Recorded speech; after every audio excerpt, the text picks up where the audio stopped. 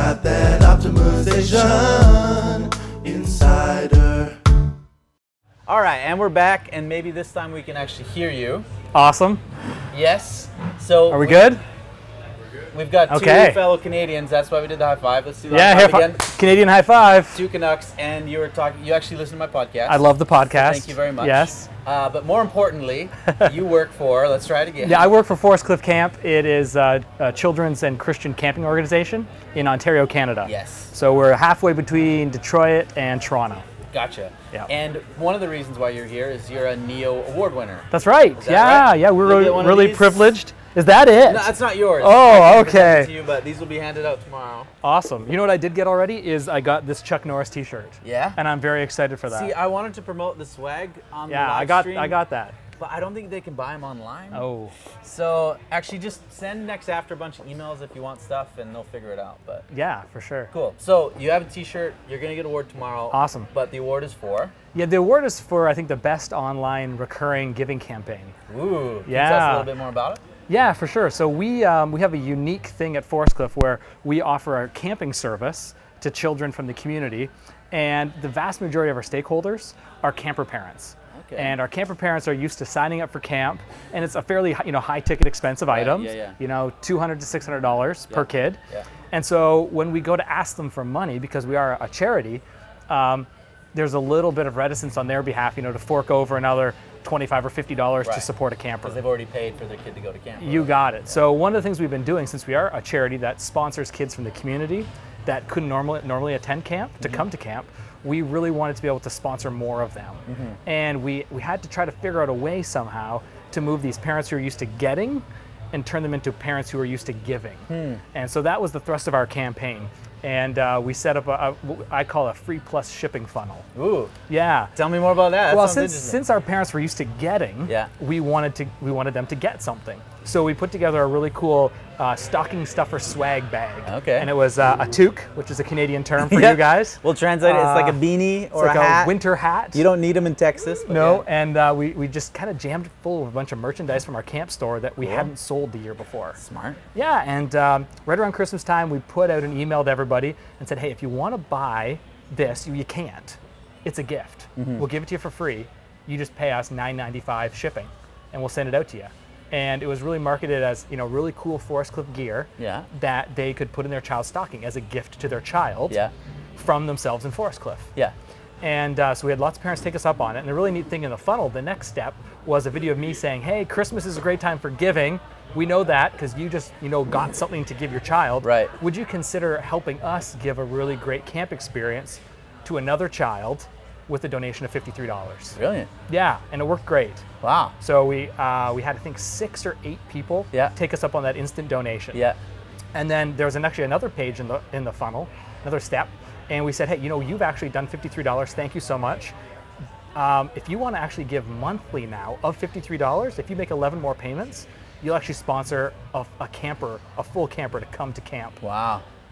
Next year. Yeah, yeah. And told them kind of about our sponsorship program, how they get communication from the camper, and they get a thank you note, and they get to send a really cool puzzle and a gift to the kid during the week.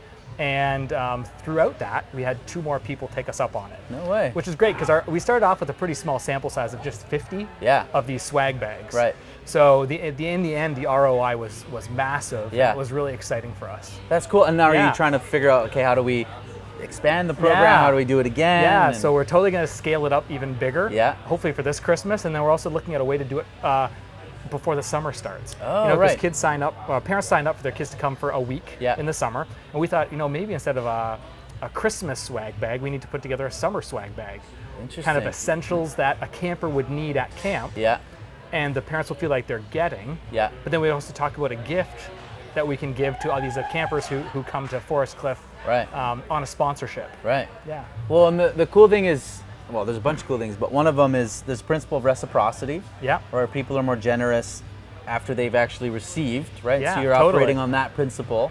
And then, like Tim talked about it today, and it's somewhat counterintuitive, but once someone takes a small action, or even a small donation, they're actually more likely to make another donation. Yeah. Right? So oftentimes someone makes a donation and we go, let's leave them alone. Yeah. Right? Like leave them alone for 6 months or whatever. Yep. But in reality, not that you should necessarily be like, give us more money, but the reality is they get engaged, they show interest, right? Yeah. Then they're more interested in, well, what else can, oh, that's amazing. And there are these ladders of engagement, and that's what you guys are building. Totally, and I think there's almost a moral obligation on behalf of charities to continue to ask people who have given to give. Because they basically put their hand up and said, I'm interested, I care about this. Yeah. And I think it's wrong for us actually to take a step back. Instead, we should try to deepen that offer or make it, you know, more specific. A lot of the things that we talked about with the value proposition just a few minutes ago. Yeah. How can we make it more specific? How can we make it more exclusive? Yeah. And how can we kind of ask them for something that really fulfills their desire to give? Yeah. Yeah. Did you have any pushback, like internally or amongst the team, around any of areas of this, or? No, not really. No. You know, the nice thing is that I'm the executive director.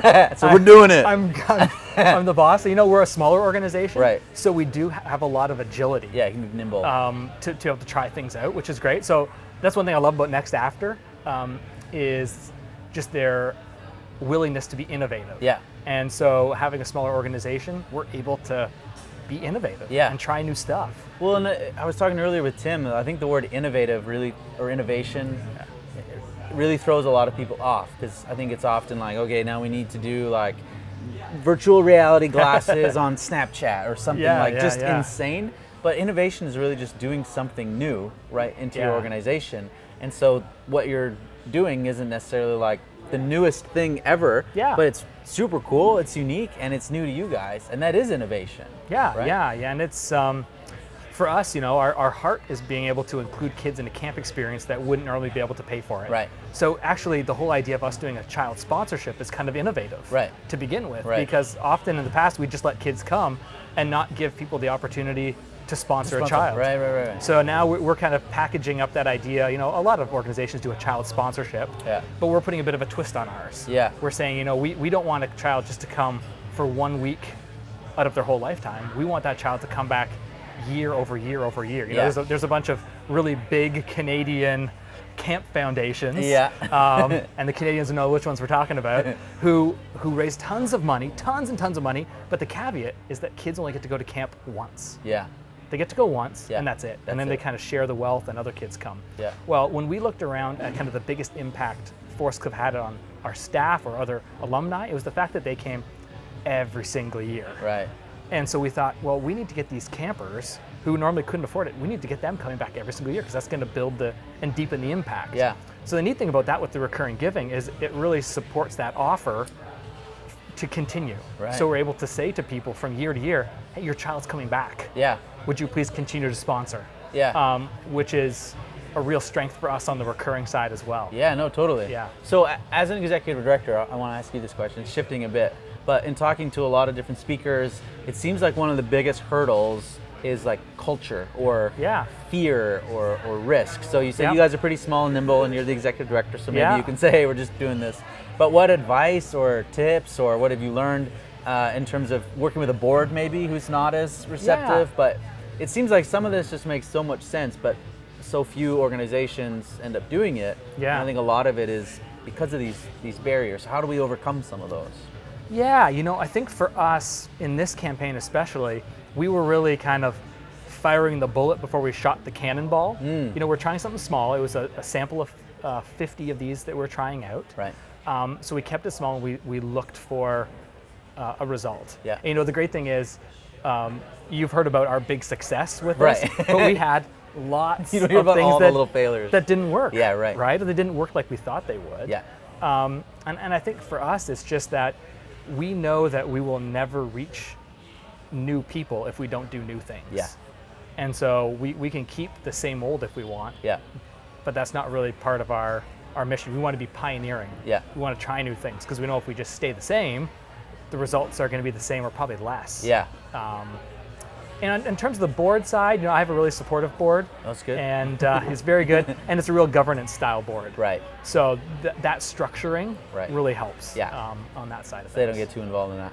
No, you know, they're encouraging and love to hear the successes. Right. And, you know, I love to tell them about the failures too, because because we're doing it all together, right? Yeah. So no, that's a good point. And a lot of people have said like, hey, if you want the big green arrows, you're going to have a bunch of down red arrows along the way. And you have to have the buy-in at leadership and team level to say not everything we're going to try is going to work. Yeah, totally. And my team was pretty hilarious in this because we came with the idea, and so I was like, oh crap, we need to make like product pictures. So Reagan, our summer camp director, I said, can you like figure out a way to take pictures of these things to make it look good? And she's like, okay. Sure. So really, like all the pictures are actually just on our like lunchroom table, and she took pictures and they look great. And then John, our day camp director, was the guy who put together all the green screen video. And we kind of, the tone of it, we kind of made it like a Christmas infomercial. So I'm kind of standing there hawking these goods, and we've got like Santa going by behind me on a green screen saying ho ho ho and stuff. And we kind of kept it light and fun. And it was definitely a team win. See, I think one of the things that like consultants or don't get is it's hard for a consultant or anyone to do something like that. Because like, I'm not you. I don't know your donors well enough. I don't know what your vibe is. Totally. And so there's a huge value of keeping some of this stuff internal, at least like tone and message. And I also think one of the interesting things would be if it's just saying, okay, team, we've got a week. Like, put in some constraints, and we've got $1,000 in a week. What ideas can we come up with? And just kind of see what happens. I like those types of strategies to come up with new ideas, right? And it was definitely that kind of thing because we're like, Christmas was coming and we had to get this out. And then like we ran into tons of problems. Like like the shopping cart software we're using didn't actually have like a countdown number to 50. Then it would kill it. So you just have to like refresh. So we literally sat there all morning hitting refresh to see how many we sold to make sure we didn't oversell them, right? So a lot of things like that. Not have a we just couldn't make it work in the time. It probably does do it. I won't say which one it was because they'll get mad at me. Names here yet. So it was a real team effort and it was a lot of fun. And in the end, our #1 offer is a recurring gift. So this fit a lot of things. It helped us take people who are normally used to getting, get them used to giving, and then help them see how a recurring gift actually really fit what we needed and what supported a child. So, well, and in these nerdy NextAfter equations that they use, it's like perceived value or the motivation needs to outweigh the perceived cost. And when you put that equation into monthly giving, the perceived cost goes way up because people are like, I'm making a big commitment, like credit card until it goes expire, or if I tie it to my bank, like I might be giving for years. Right? So to overcome these perceived costs, we have to do a lot more on motivation and value and that kind of stuff. And sometimes it does take small donation, an email, like conversation, because going directly from not giving or not knowing to monthly giving is pretty tough to do. Yeah, for sure. And that's kind of been our model, and that's what we've always been pushing towards for the last few years, and it really seems to kind of be snowballing. Well, thanks for thanks, coming Brady. in. Nice to meet you. We're going to jump back to the live stream, and thanks for tuning in. Optimization inside it, baby. Ooh.